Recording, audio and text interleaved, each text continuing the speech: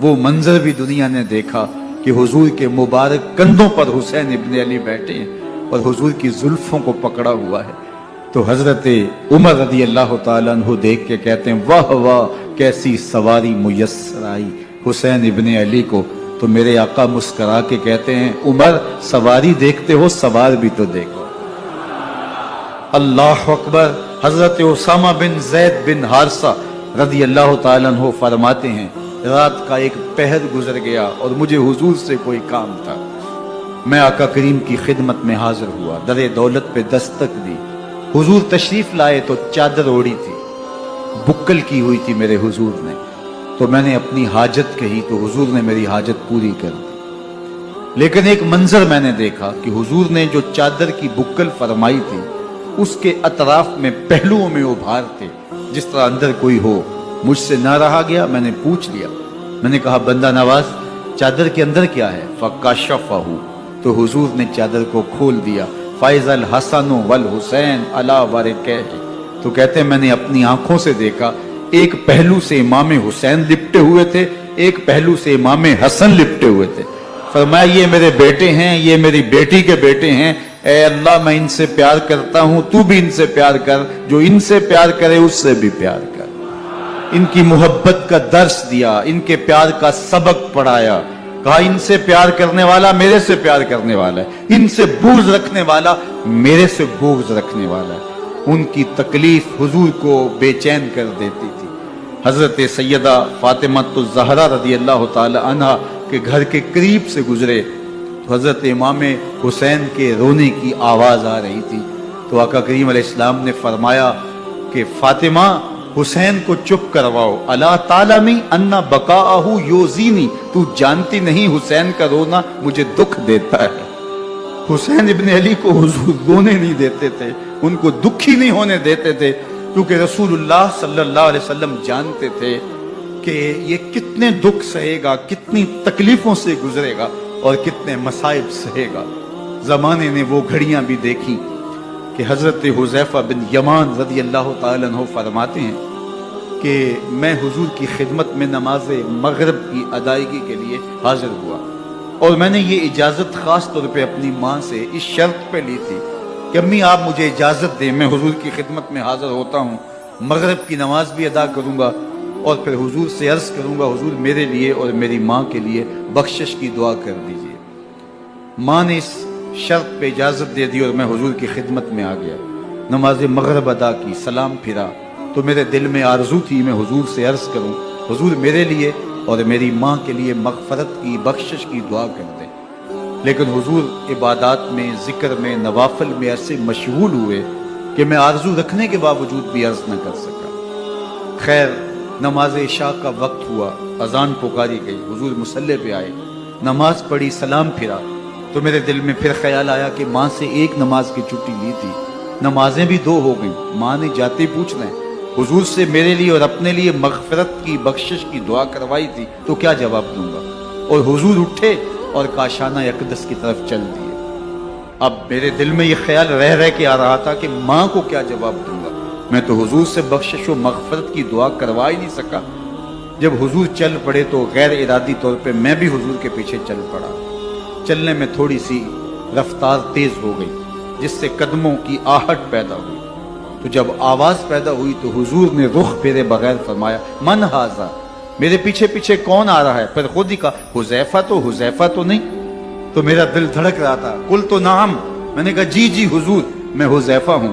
فرمایا ما حاجتوں کا غفر اللہ لکا ولأمک, کیا کام ہے اللہ تجھے بھی بخش دے تیری ماں کو بھی بخش دے. اب جو کام تھا وہ جنبش لب سے پہلے ہی ہو گیا. یہاں تو لفظوں کا سہارا بھی نہیں لینا پڑتا, وہ بند لبوں کی بولیاں بھی سنتے ہیں. اقبال بولا ہے فروغت صبح آثار و دہور, چشم تو بینندائے ما فی الصدور, تیری نظر تو سینوں کے چھپے راز بھی دیکھتی.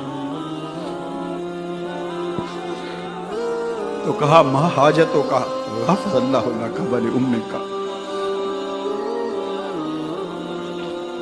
اللہ تجھے بخش دے تیری ماں کی بھی مغفرت کر دے, کیا کام ہے. اب جو کام تھا وہ تو ہو گیا. تو میرے حضور نے ارشاد فرمایا حذیفہ سنو, ابھی ابھی ایک فرشتہ آیا ہے جو اس سے قبل دھرتی پر پہلے کبھی نہیں آیا، آج پہلی مرتبہ اللہ سے اجازت لے کے دو کام کرنے آیا ہے، ایک تو مجھے سلام کرنے آیا ہے اور دوسرا خوشخبری دینے آیا ہے کہ آپ کی بیٹی فاطمہ جنتی عورتوں کی سردار ہے اور حسن اور حسین جنتی جوانوں کے سردار۔ ایک طرف یزید ناپاک محسون کا پلیت بیٹا اور ایک طرف محمد عربی کا نواسا، فاطمہ کے دودھ کا اثر، علی المرتضیٰ کے خون کی تاثیر، رسول اللہ صلی اللہ علیہ وسلم کے کندھوں پہ بیٹھنے والا۔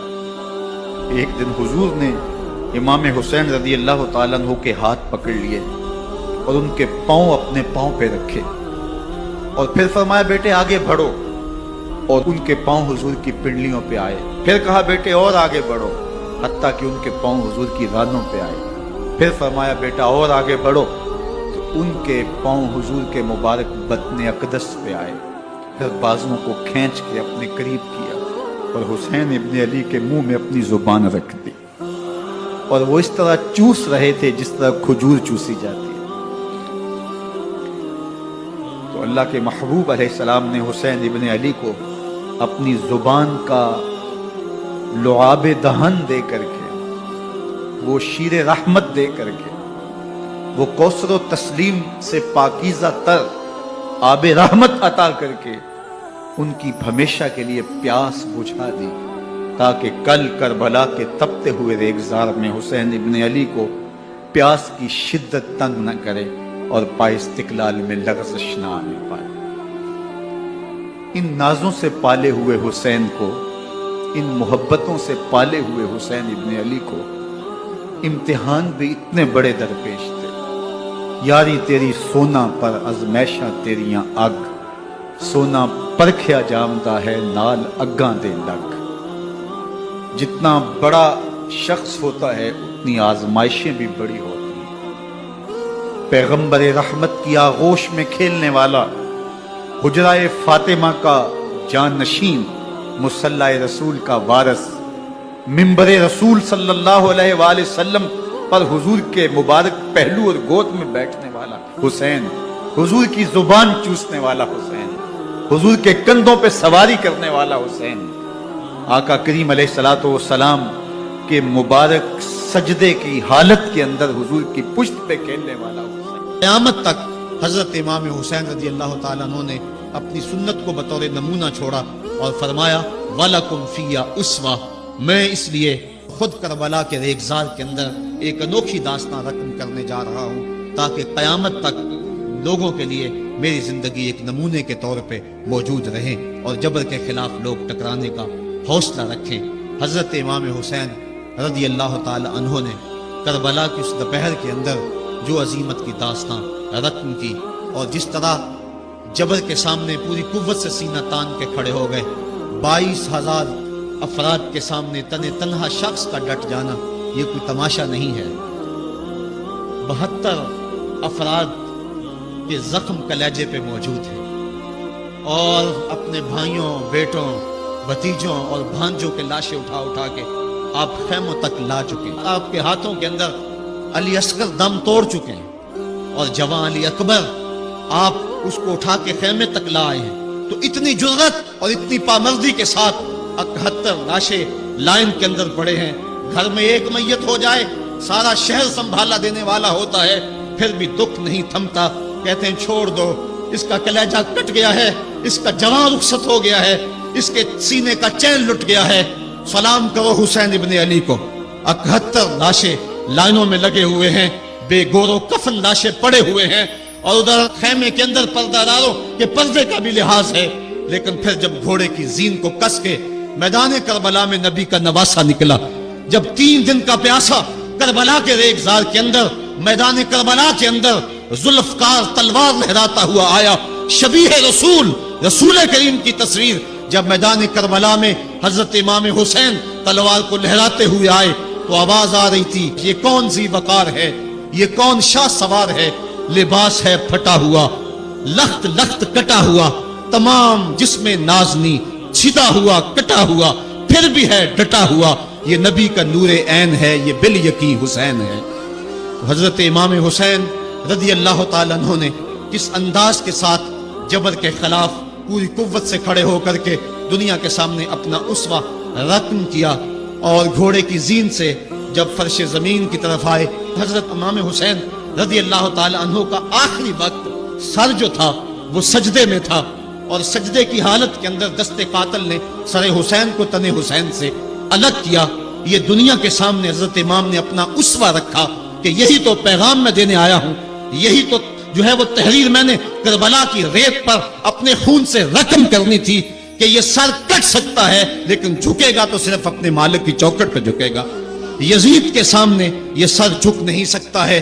تو حضرت امام حمام رضی اللہ تعالیٰ عنہ نے کربلا کے تپتے ہوئے ریگزار میں جب 72-73 لاشیں خیموں کے سامنے پڑے تھے اور اتنے زخم کلیجے پہ تھے، راوی کہتا ہے کہ جب آپ کی قمیض اتاری گئی تو 113 سوراخ اس میں تیروں کے تھے، 33 زخم نیزوں کے تھے، 34 گھاؤ تلواروں کے تھے، اتنے زخم جسم کے اندر اور جسم چور ہے زخموں سے۔ لیکن حضرت امام حسین نے جب پیشانی سجدے میں رکھی تو آخری لفظ یہ تھے، اللہم رضن بقضائک وصبرن علی بلائک تسلیما لامرک سبحان ربی العالی۔ مالک تیری تقدیر پہ راضی ہو گیا ہوں، مالک زخم سے پہ بھی میں مسکرا رہا ہوں، مالک تیری طرف سے جو دکھ آئے میں نے ان کو قبول کیا، جے سونا میرے دکھ وچ راضی تے میں سکھ نو چلے ڈاواں، مالک میں سب کچھ قبول کیا، حسین تیری رضا پہ راضی ہے، میرے مالک تو بھی بتا تو بھی حسین پہ راضی ہوا ہے کہ نہیں ہوا ہے۔ آواز آ رہی تھی اس پیاسے پر علی شیر خدا کو ناز ہے، اس نواسے پر محمد مصطفیٰ کو ناز ہے، اوروں نے بھی سجدہ کیا پر اس کا عجب انداز ہے، اس نے وہ سجدہ کیا جس پر خدا کو ناز ہے۔ اے حسین ابن علی تم پر سلام، نازش آل نبی تم پر سلام۔ یہ دنیا کے سامنے حضرت امام نے اپنا اسوہ رکھا کہ یہی تو پیغام میں دینے آیا ہوں، یہی تو جو ہے وہ تحریر میں نے کربلا کی ریت پر اپنے خون سے رقم کرنی تھی کہ یہ سر کٹ سکتا ہے لیکن جھکے گا تو صرف اپنے مالک کی چوکٹ پہ جھکے گا، یزید کے سامنے یہ سر جھک نہیں سکتا ہے۔ تو حضرت امام حمام رضی اللہ تعالیٰ عنہ نے کربلا کے تپتے ہوئے ریگزار میں جب 72-73 لاشیں خیموں کے سامنے پڑے تھے اور اتنے زخم کلیجے پہ تھے، راوی کہتا ہے کہ جب آپ کی قمیض اتاری گئی تو 113 سوراخ اس میں تیروں کے تھے، 33 زخم نیزوں کے تھے، 34 گھاؤ تلواروں کے تھے، اتنے زخم جسم کے اندر اور جسم چور ہے زخموں سے۔ لیکن حضرت امام حسین نے جب پیشانی سجدے میں رکھی تو آخری لفظ یہ تھے، اللہم رضن بقضائک وصبرن علی بلائک تسلیما لامرک سبحان ربی العالی۔ مالک تیری تقدیر پہ راضی ہو گیا ہوں، مالک زخم سے پہ بھی میں مسکرا رہا ہوں، مالک تیری طرف سے جو دکھ آئے میں نے ان کو قبول کیا، جے سونا میرے دکھ وچ راضی تے میں سکھ نو چلے ڈاواں، مالک میں سب کچھ قبول کیا، حسین تیری رضا پہ راضی ہے، میرے مالک تو بھی بتا تو بھی حسین پہ راضی ہوا ہے کہ نہیں ہوا ہے۔ آواز آ رہی تھی اس پیاسے پر علی شیر خدا کو ناز ہے، اس نواسے پر محمد مصطفیٰ کو ناز ہے، اوروں نے بھی سجدہ کیا پر اس کا عجب انداز ہے، اس نے وہ سجدہ کیا جس پر خدا کو ناز ہے۔ اے حسین ابن علی تم پر سلام، نازش آل نبی تم پر سلام۔ آج لہجہ بھی دم توڑ رہا ہے اور سورج بھی درد غروب سے زرد ہو رہا ہے، وقت کے دامن میں گنجائش نہیں کہ میں اس مضمون کو چھیڑوں، آؤ ہم سلام کرتے ہیں۔ یہ سورج سامنے چمک رہا ہے، میں یہاں بیٹھا سوچ رہا تھا کہ ہم نے تو نہیں دیکھا، اے سورج دوپہر کا وہ منظر تم نے تو دیکھا تھا جب کربلا میں حسین کا سر کٹا تھا، جب گھر لٹا تھا، جب خیموں کو آگ لگی تھی، جب سکینہ رو رہی تھی اور جب گھوڑا خالی پلٹا تھا اور سکینہ پوچھتی تھی گھوڑے تو خالی آ گیا ہے، حسین کہاں چھوڑ آیا ہے۔ آج یہ سورج یہ چمک چمک کے وہ ہمیں کہانی سنا رہا ہے اور ہمیں پیغام دے رہا ہے کہ نبی کے نام پہ حسین نے تو سر کٹا دیا۔ آج تم کہتے ہو دین پہ چلنا بڑا مشکل ہے، تم شور ڈال رہے ہو، جن کے لیے مسجدوں میں قالین بچھے ہوئے ہیں، گرم پانی دستیاب ہے اور ان کے لیے مسجدوں میں آسائشیں موجود ہیں، اور پھر بھی وہ کہتے ہیں دین پہ چلنا بڑا مشکل ہے۔ ذرا دیکھو حسین ابن علی کو سجدے میں سر رکھ کے